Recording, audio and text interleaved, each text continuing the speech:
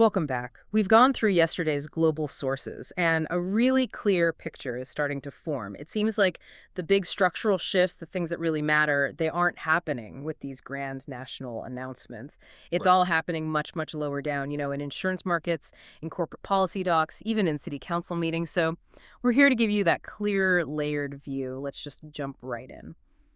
Okay, let's unpack this. What is the simplest way to summarize yesterday's world? What was the dominant vector? The simplest way to put it is this. High-speed growth, things like AI infrastructure, is being constrained almost instantly.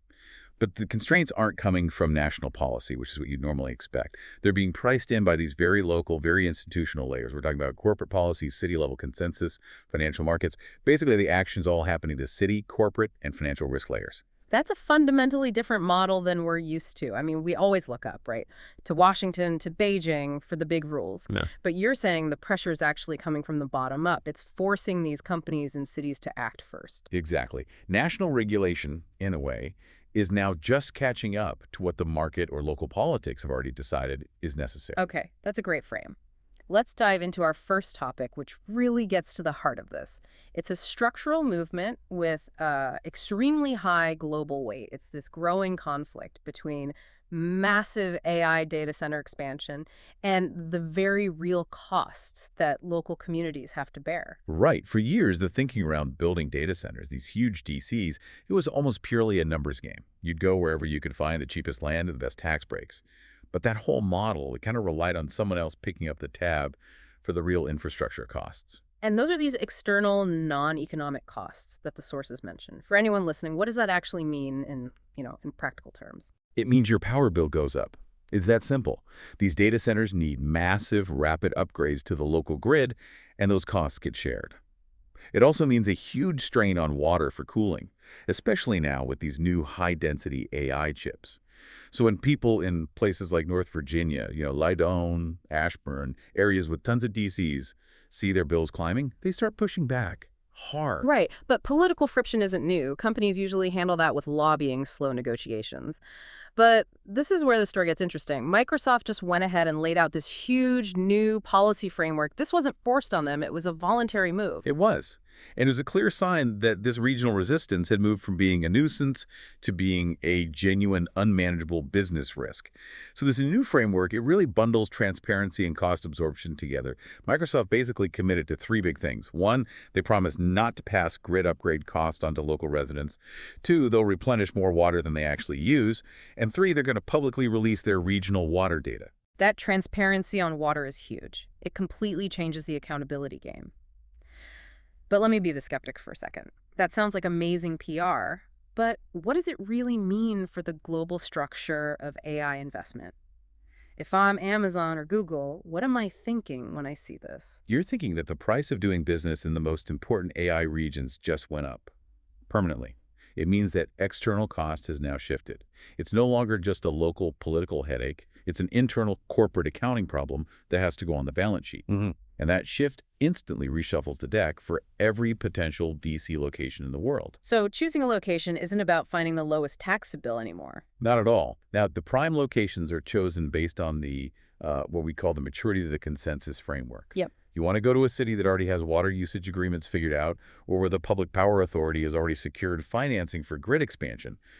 That kind of governance stability is now a massive competitive asset. A region that doesn't have it is pretty much priced out of the high-end AI race. And that has huge midterm significance. I mean, this feels like a precedent. You'd expect every other major tech player to follow this, or they risk getting locked out. That's right. The corporate layer is being forced to internalize the cost before the national layer even has time to regulate it. This is going to spread, and fast. Okay, let's pivot from that kind of internal risk to external geopolitical risk. Our second deep dive looks at how military action, especially these low-cost attacks, are now translating into civilian costs almost instantly. The background here is unfortunately becoming very familiar. These low-cost drone attacks are increasingly hitting commercial shipping in vital supply routes like the Black Sea and the Red Sea. Now, historically, if a tanker was attacked, there was a lag. It could take weeks, maybe even months before that risk was fully baked into freight prices and then what you pay at the pump. But the financial system is basically erasing that lag time. What was the specific event yesterday that triggered this? It was an attack on an oil tanker along the Caspian Pipeline Consortium route, the CPC. That route is absolutely critical for moving Kazakh crude out of the Black Sea. And for anyone listening, that CPC route is incredibly sensitive. There aren't really any good, cheap alternatives, so that corridor is pretty much non-negotiable for big volumes. So what happened in the financial world right after that attack? The war risk insurance premiums shot up immediately.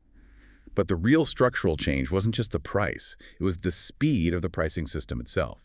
Insurers started updating their conditions way more frequently, in some cases shrinking the review cycle down to just 24 hours. 24 hours. That's essentially real-time pricing of military risk.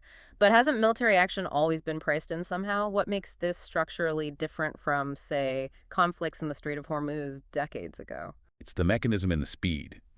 Decades ago, a big attack might take 30 to 60 days to fully ripple through the system. It involved lots of assessments, broker meetings. Now, the physical attack is instantly quantified by financial risk models, the insurance layer, and converted into a hard logistics cost for freight and fuel, all within a single day. And if that risk is priced in instantly, it must mean that for these high-risk areas, the high cost becomes the new normal. It's a new baseline, not just a temporary spike. Precisely. This is a fast-moving theme and has a very strong real-life impact. Military action becomes less about taking territory and more about creating targeted economic pain that feeds right back into the global supply chain. It hits everything from food to EV components. And the only ones who are resilient are those with huge inventories or completely separate secure routes. That's a really powerful and, frankly, scary feedback loop. Let's move to our third deep topic. This one highlights another bottom-up force that's reshaping supply chains. The idea that resource negotiation power is moving into the cities. We can see this in the case of Nigeria. So why is this happening?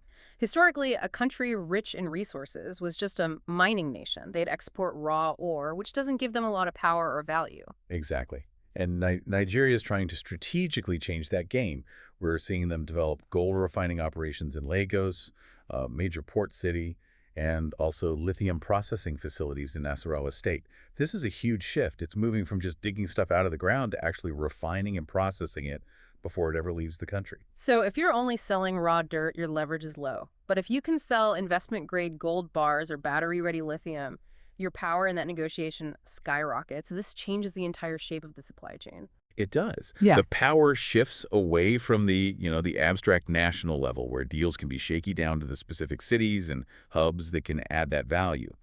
But that immediately creates a new problem. A refinery is not just a building. It needs a reliable environment to operate in. Right. It sounds great on paper, but can Lagos and Nasarawa actually deliver? What does their urban OS, their operating system, need to look like? And you put your finger on the main constraint.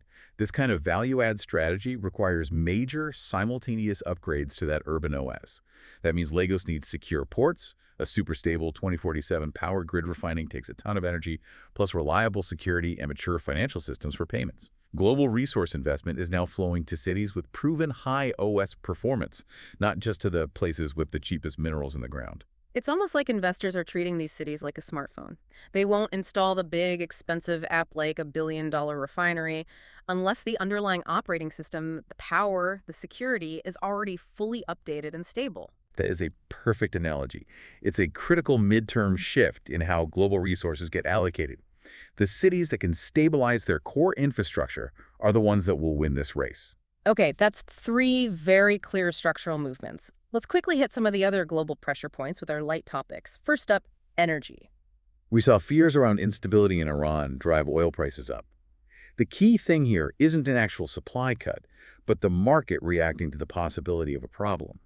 It re-injects this psychological risk component back into the baseline price of energy, making it higher and stickier. And what about Rwanda and these 3T minerals?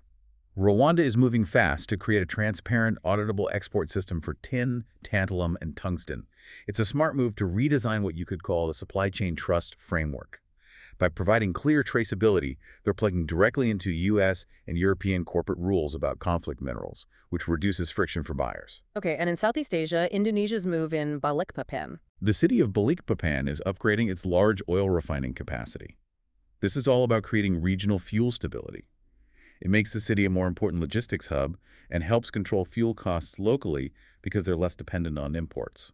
And there was a meta finding in the sources that really ties a lot of this together. The idea that a city's operational capacity is now a global bottleneck. Yes. The big takeaway is that major investment flows now demand that everything works at once. Secure ports, stable electricity, reliable security, and modern finance.